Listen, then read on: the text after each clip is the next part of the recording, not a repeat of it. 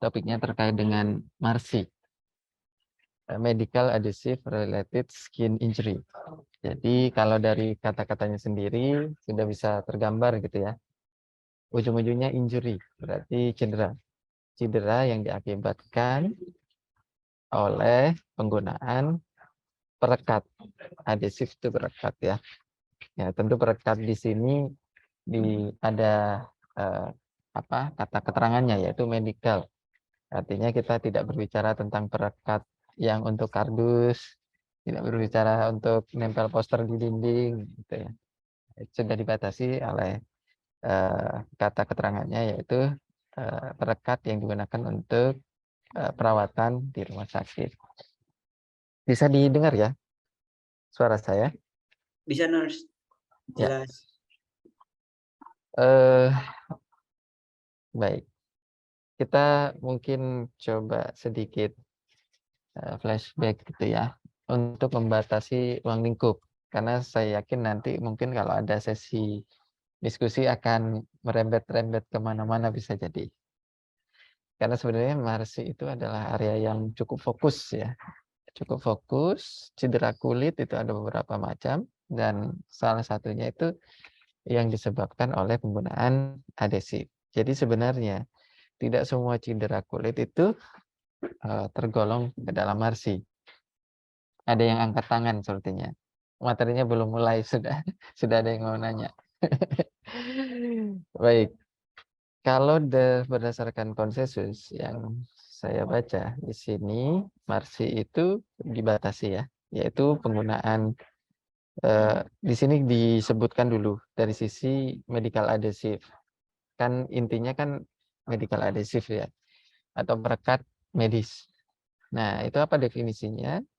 Medical adhesive sendiri merupakan sebuah produk yang digunakan untuk memfiksasi gitu ya. Untuk memfiksasi sebuah alat-alat atau alat bantu gitu ya.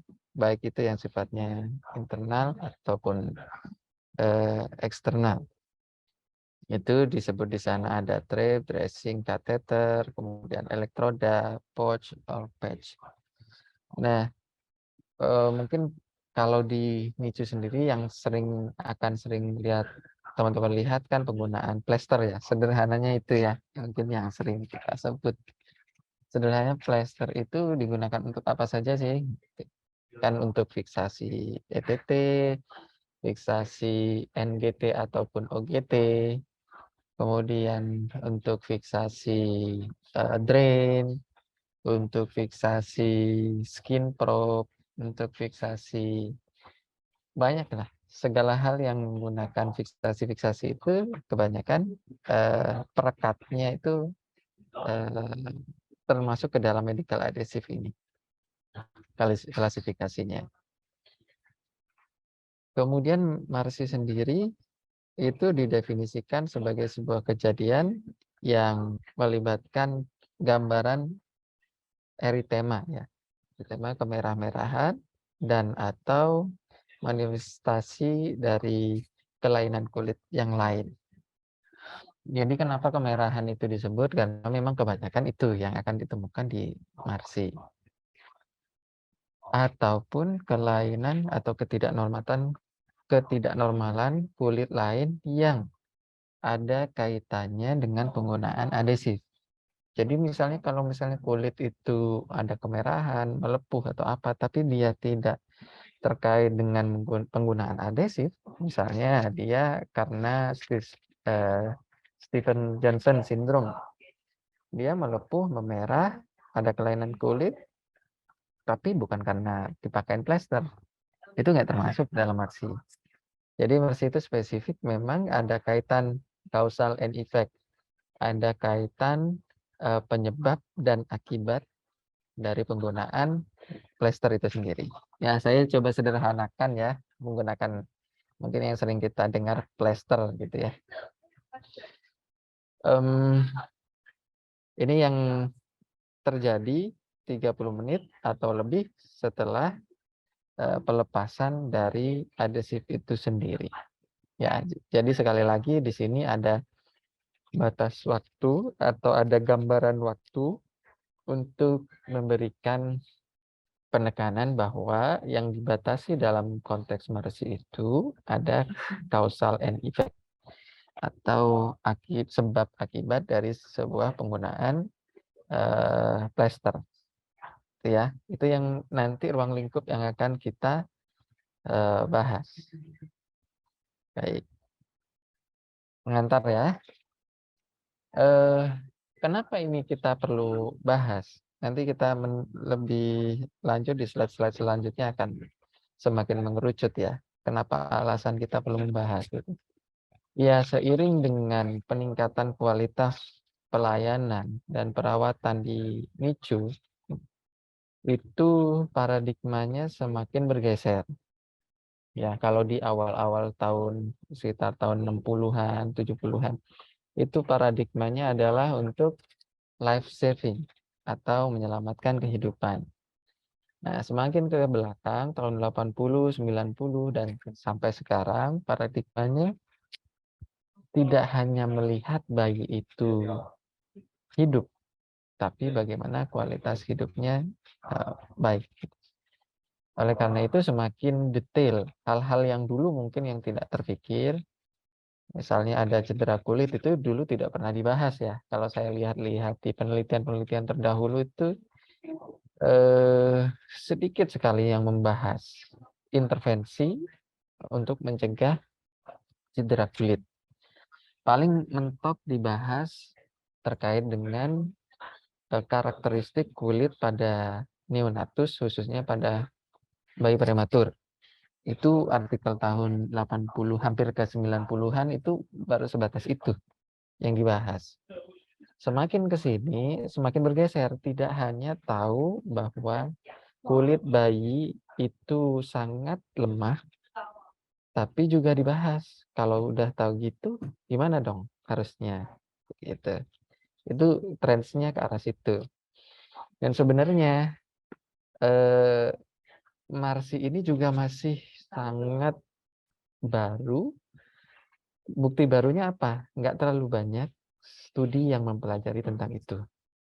Ya, saya sendiri masih tidak leluasa ya untuk menemukan artikel-artikel penelitian yang level kesahihannya atau keterpercayaannya sangat tinggi gitu.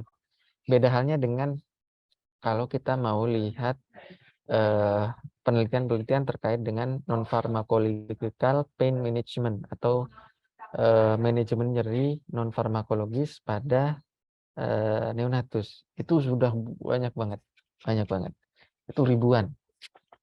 Tapi kalau kita cari tentang Marsi yang fokus pada neonatus itu sedikit sekali, dan penelitiannya juga masih ya sederhana. Itu menunjukkan bahwa topik itu masih belum banyak digali.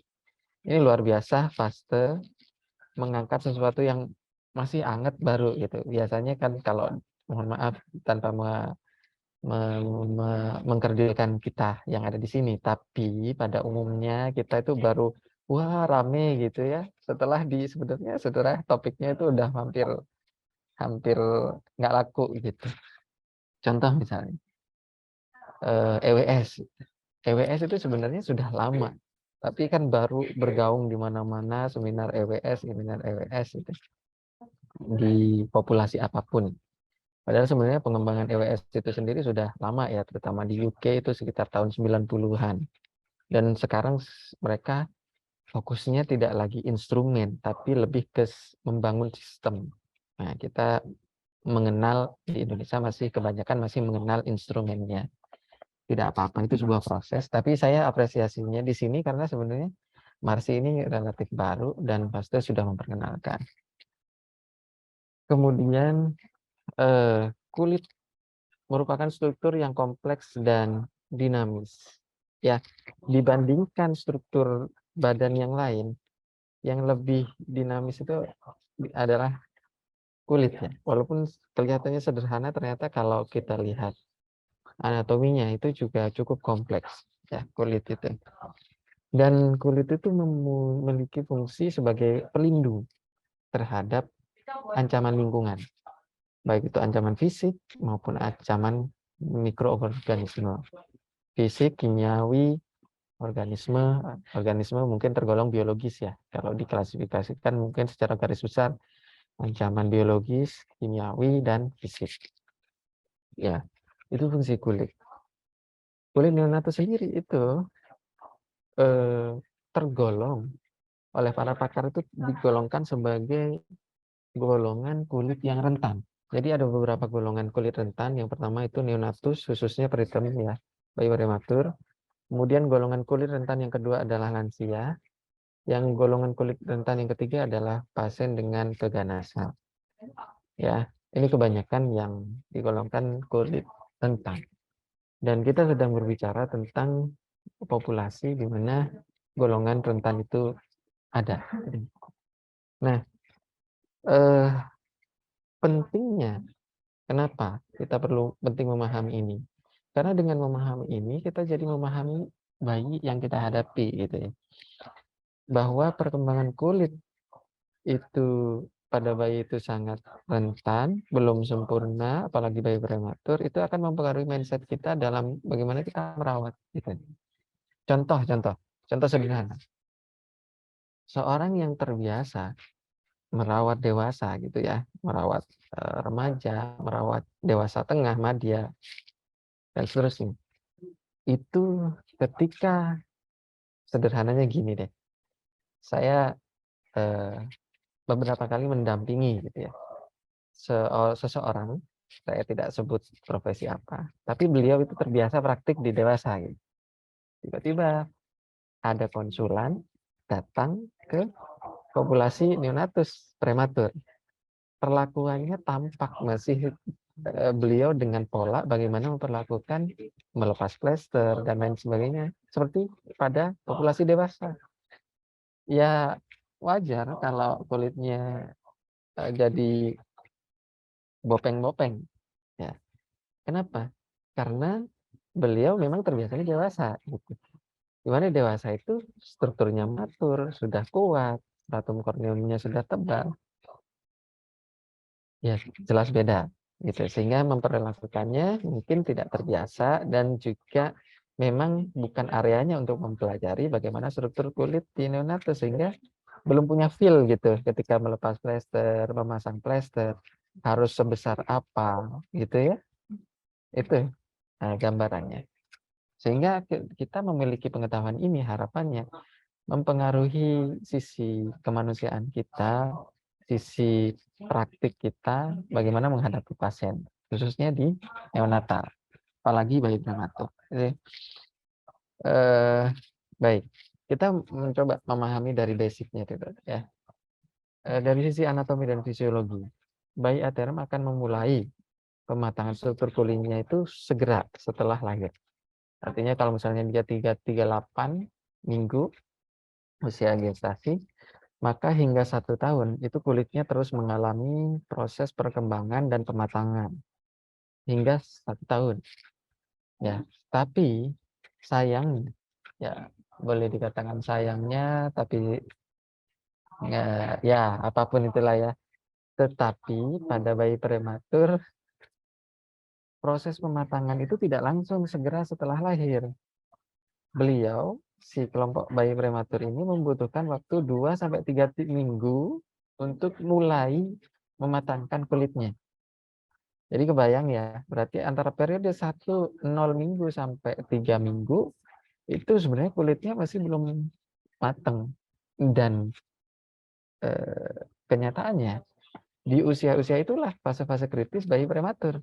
Biasanya kalau minggu ketiga kan sudah mulai winning sipet, atau bahkan yang sempat menggunakan ventilator sudah ekstubasi, sehingga plester-plester yang digunakan juga tidak sebanyak saat dia fase-fase akut di awal minggu pertama gitu. Jadi ada tabrakan gitu ya.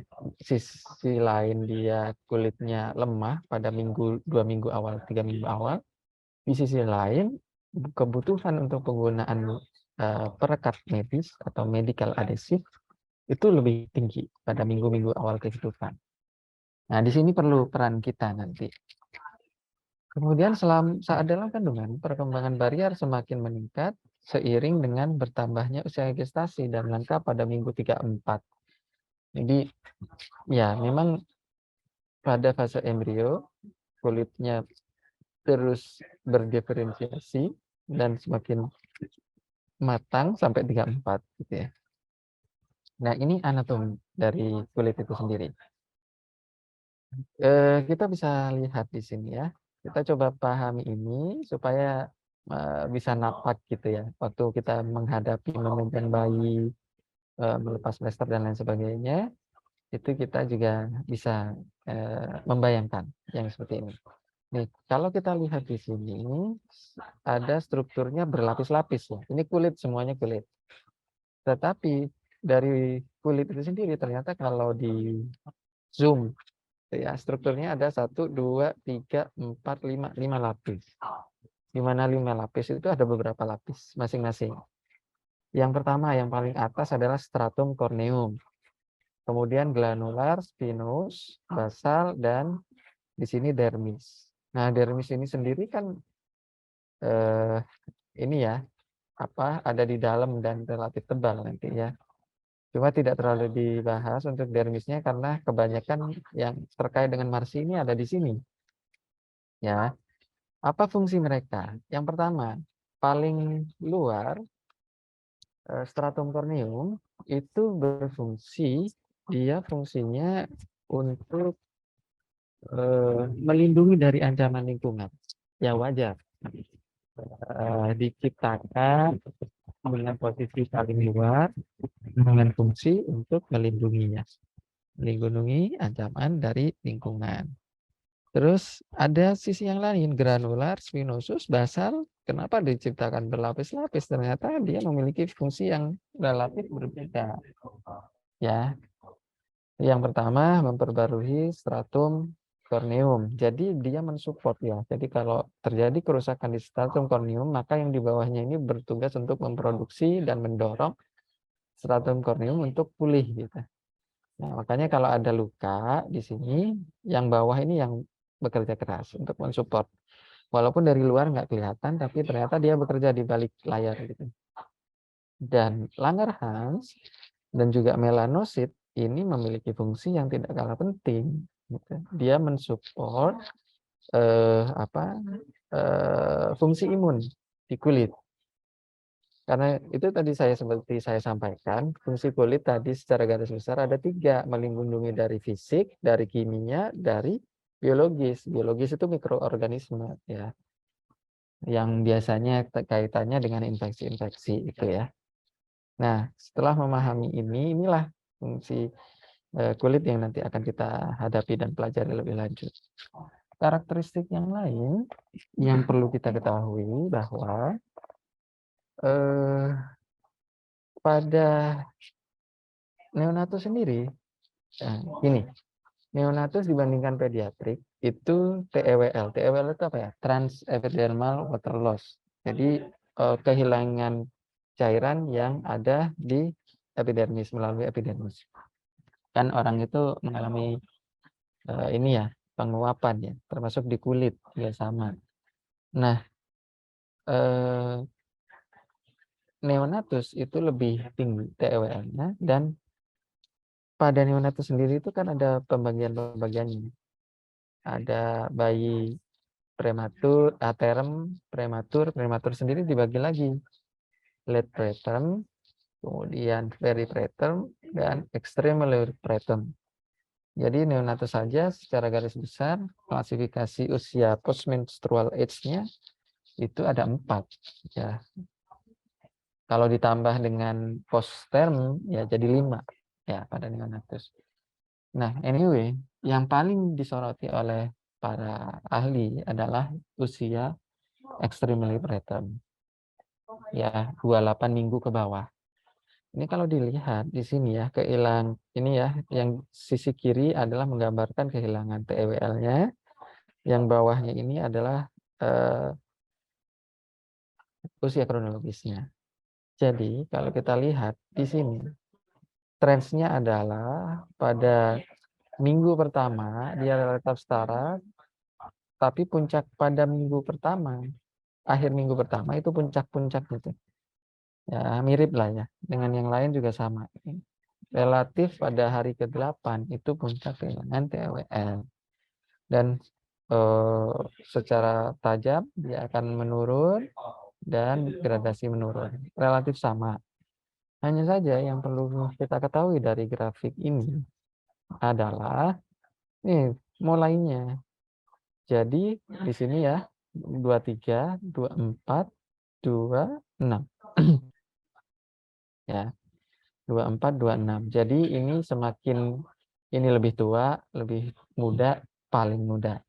Ya. Kalau kita lihat di sini ya, mulainya relatif semakin muda, maka TWL-nya semakin tinggi. Nih. Coba dari 0 sendiri yang paling jauh kan ini grafiknya ya.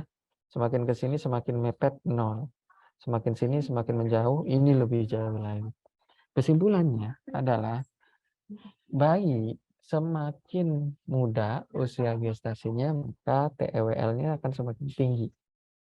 Dengan demikian, dengan kata lain, perlu berhati-hati. Semakin kecil bayi, semakin dia berisiko terhadap ketidakseimbangan cairan, ya, hipovolemi.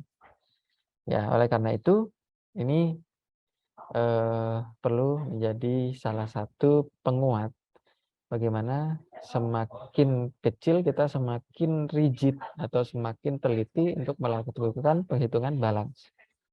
Ya, ini baru hanya satu faktor ya, baru satu faktor dari TWL. Sebenarnya masih ada beberapa faktor lain yang tapi tidak itu, karena bukan itu topik kita tidak membahas balance cairan.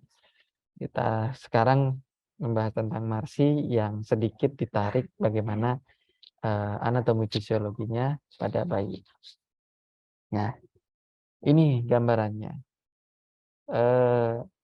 Secara struktur dan fungsi pada bayi dan dewasa itu berbeda ya. Contoh misalnya dari epidermal, ketebalan epidermal. Infan itu lebih kecil, lebih tipis. Dewasa lebih tebal. Kemudian di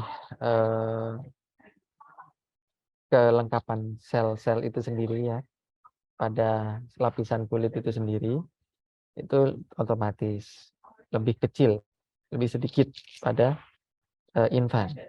Kan saya bilang tadi, pada awal kehidupan dia akan terus mematangkan dirinya hingga tahun pertama. Kemudian yang penting apalagi ya, lipid.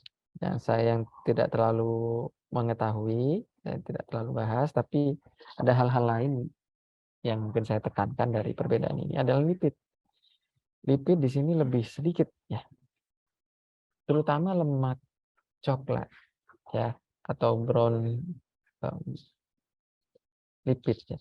Jadi lemak coklat itu merupakan yang disebut-sebut oleh para pakar itu kayak bantalan yang berfungsi dia menahan kehilangan penguapan termal atau suhu, atau sederhananya kehilangan panas dan juga kehilangan air. Jadi dari lemak ini semakin sedikit, maka dia semakin mudah hilang. Dan kalau ini di zoom pada populasi neonatus itu semakin kecil, maka lemak coklatnya semakin sedikit lagi. Jadi nggak sama, walaupun sama-sama neonatus, antara bayi sangat prematur dengan bayi cukup bulan itu nggak sama. Ya, semakin ke belakang semakin kecil. Fungsionalnya bagaimana? Sedikit berkeringat, kemudian konten airnya lebih banyak, dan kelembapan dan pH-nya lebih tinggi. Ya, pH-nya lebih tinggi. Nah, dari sini kita akan masuk ke sini. Ini implikasi ke perawatannya. Ujung-ujungnya dari membahas anatomi dan fisiologi itu tadi ada di sini digambarkan oleh gambar ini. Nah, yang paling sering kontak dengan adesif atau perekat adalah stratum corneum. ya, paling atas. Jadi digambarkan di sini, kalau misalnya bayi kita semakin prematur, maka stratum corneumnya semakin tipis. Ini bayi aterem ada segini, tapi kalau prematur itu cukup hanya berapa nih? 3 lapis. Kalau ini ada 7 lapis. Tapi ini bukan angka yang sesungguhnya ya. Ini hanya menggambarkan bahwa semakin prematur, semakin stratum corneumnya kecil. Ya, itu pertama. Yang kedua, kalau di sini ada sumbatan karena penggunaan adesif, kita tahu ya, harusnya dia menguap, dia evaporasi, tapi loh kok dihambat gitu. Dihambatnya karena adanya tadi penggunaan perekat-perekat atau apalah yang menghambat itu. Maka di sini akan menyebabkan kerusakan terhadap jaringan-jaringan lemak di stratum corneum itu sendiri. Itu yang kedua ya. Tadi karena tipisnya stratum corneum karena prematur. Yang kedua karena adanya sumbatan lipid di stratum corneum jadi rusak. Yang ketiga karena adanya iritan. Nah, iritan ini yang nanti mungkin akan lebih diperdalam oleh Nova, jenis-jenisnya dan lain sebagainya. Ini saya mengantarkan bahwa adanya iritan itu akan membuat lemak di stratum corneum itu juga rusak. Ya, kalau sudah lemaknya itu rusak, nah, yang keempat belum saya lanjutkan ya statementnya, saya tunda dulu karena ada yang keempat. Yang keempat, kalau dia sebenarnya stratum corneumnya itu tebal, tapi karena penggunaan adesif itu kita salah cara mencabutnya, salah cara menariknya, maka itu akan mengurangi lapisan dari stratum corneum. Mana? Kok tahu? Ya, karena kita melihatnya makroskopis, tapi kalau dilihat dari mikroskopis sebenarnya ketika kita menarik plester, itu ada bagian stratum corneum yang juga ketarik, robek gitu. Robek ke bawah oleh perekat. Nah, sehingga yang harusnya dia tebal jadi tipis. 4 penyebab inilah yang akan membuat akumulasi terhadap kejadian mudahnya